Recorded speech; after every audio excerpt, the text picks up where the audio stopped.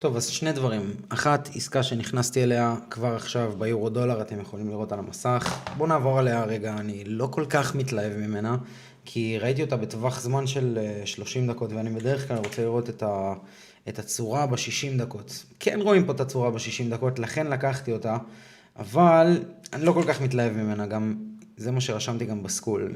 רשמתי שורט יורו דולר, עסקה שנראית נחמדה, לא מתלהב ממנה יותר מדי, אבל נכנס בסיכון של אחוז. כמובן שאין ברור המלצה לפעולה פיננסית, אבל בואו נעבור עליה רגע. מה אני חושב שקרה פה?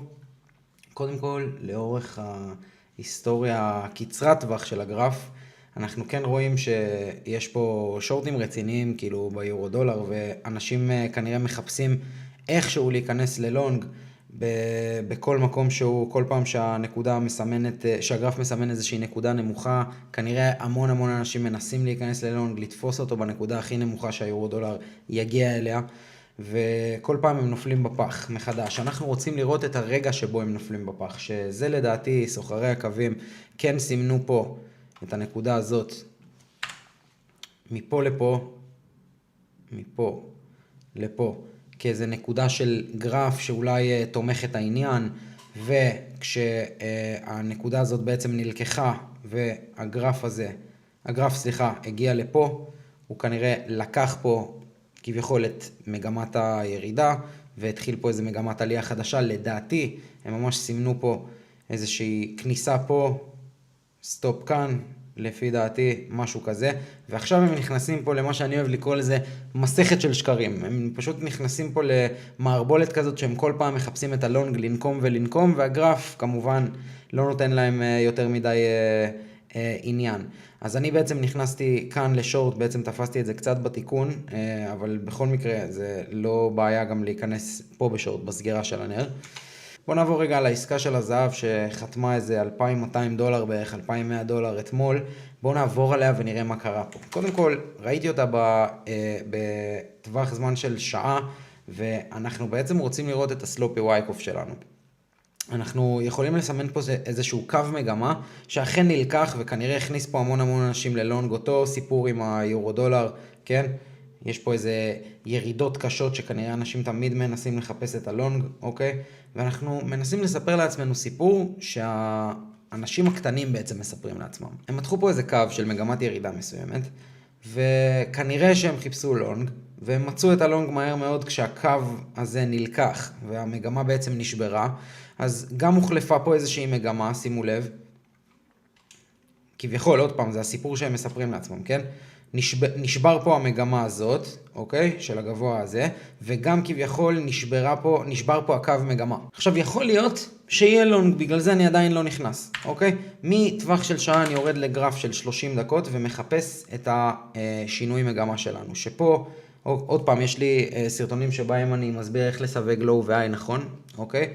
זה שיטות מאוד סודיות כביכול, שמי ששילם הרבה מאוד כסף לאנשים כמו רוס קמרון, שבאמת הוא מודל להערצה בשבילי מבחינת מסחר. לדעתי רק הוא מלמד ברמה הכי גבוהה איך מסווגים לואו והיי נכון. לא משנה. אז במקרה שלנו זה הלואו, אוקיי? אנחנו מסמנים אותו, ואני רוצה חילוף מגמה בטווח של 30 דקות, מחכה לו, אני לא עושה שום פעולה, אוקיי? ואנחנו יכולים לראות שהייתה פה סגירה של נר של 30 דקות. אני כמובן העליתי בסקול על העסקה הזאת, והכניסה הייתה פה בעצם בסגירה של הנר הזה. סטופ, בסוף המניפולציה, איפה שכולם נלקחו, אנחנו יכולים לראות שכן חוויתי פה איזושהי עלייה מאוד גדולה, כנראה כדי להכניס את הקונים שלקחו את ה-fair value gap הזה. אני לא אוהב להשתמש במילים האלה, אני אוהב להשתמש במילים האלה כשמדברים על אנשים שנופלים בפח, כי זה לא שסמארט מאני קונספט הוא לא טוב, ולא ש-ICT הוא לא טוב, הוא היה טוב. מרוב שאנשים מכירים את זה, אבא שלי מכיר מה זה ICT. כל סוחר שנכנס לפני דקה לשוק ההון, יודע מה זה ICT ומה זה SMC. אז אני משתמש בזה כנזילות. רוב האנשים נופלים בפח. אז תראו איזה fair value gap היה פה, בטווח זמן של 30 דקות, שזה fair value gap כביכול, מבחינת ICT, אמין בטירוף. אוקיי? הכניס המון אנשים ללונג. המוסדיים כנראה רצו להראות להם שהם באמת לוקחים פה לונג, אז גם פה, באזור הזה של הגרף, הצבעתי עם היד, כאילו אתם תראו את זה. גם פה באזור הזה של הגרף כנראה המון נכנסו ללונג כשהם איששו כביכול את מה שהם חשבו. אז לא משנה, אנחנו רוצים להפיל אותם בפח וללכת עם המוסדיים איפה שהם מפילים אותם בפח. אוקיי, בגלל זה לאסטרטגיה שלי יש אזור ה-90-95% פגיעה, לרמות האלה זה הגיע. כמובן אם אתה סוחר אותה טוב, אם אתה לא סוחר אותה טוב ואתה לא מזהה על ה-one כל עסקה, היא גם יודעת להגיע ל-60, 65, 70% רווחיות, וזה מה שאני מעלה בסקול, תצטרפו לסקול, $69 בחודש, אני מטריע שם על כל העסקאות שאני לוקח בלייב, בין אם זה לטובה ובין אם זה לרעה, בדיוק את מה שאני עושה. אז בעצם נכנסנו בסגירה של הנר, ואתם יכולים לראות באיזה נזילה הייתה בלילה, אני קמתי בבוקר לטייק פרופיט, כן? הייתה נזילה מטורפת בלילה. שימו לב, הבורסה נעה אך ורק במסגרת אחת, אוקיי? שזה בעצם התכנסות, מניפולציה ופיזור. שימו לב איך אני מצייר פה על העניין שלנו, על הטרייד שלנו שאנחנו לקחנו, התכנסות, מניפולציה על ההתכנסות, וכמובן לזהות את המניפולציה, לזהות את השינוי מגמה, וכמובן פיזור.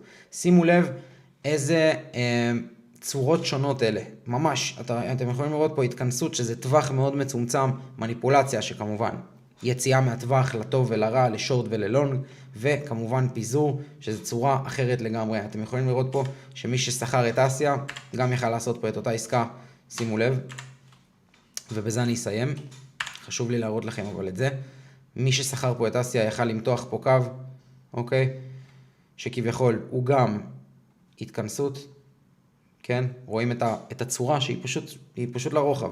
זה נורא קל. מניפולציה שנלקחת, כנראה אנשים לקחו פה לונג, אוקיי? והנפילה בפח, שינוי מגמה שזה כביכול פה, ופיזור. זאת אומרת, יש לנו התכנסות, מניפולציה, פיזור. התכנסות, מניפולציה, פיזור. ככה הבורסה נעה, ככה גרף נע, הוא לא יכול לנוע אחרת. אני מזמין אתכם להצטרף אליי לסקול, $69 לחודש, אני מראה שם בלייב כל עסקה שאני נכנס אליה. ככה הסקול נראה, הרבה שואלים אותי באימייל איך הסקול נראה. אני מראה שם תמונת מצב, כמובן לאתגר שלקחתי של הסטפ 1 של FTMO, אני סוחר גם בכסף שלי, אבל אני עשיתי אתגר בשביל היוטיוב. זה התמונת מצב של אתמול, כפי שאתם יכולים לראות, העסקה של הזהב שהראיתי לכם עכשיו, זה $2,100 בערך, ואיתריום, עסקה שנפלה, לקחתי שם איזה חצי ברווח ועוד $500 הפסד, בסוף לא הרווחתי ולא הפסדתי בעסקה הזאת. ככה אני מראה שאני לוקח עסקה, בואו נראה, לוקח עסקה באיתריום עכשיו, סתם לצורך העניין, לוקח לונג, שם סטופ במניפולציה, אין באמור המלצה לפעולה, אלו רק פעולות שלי שאני מתעד כאן.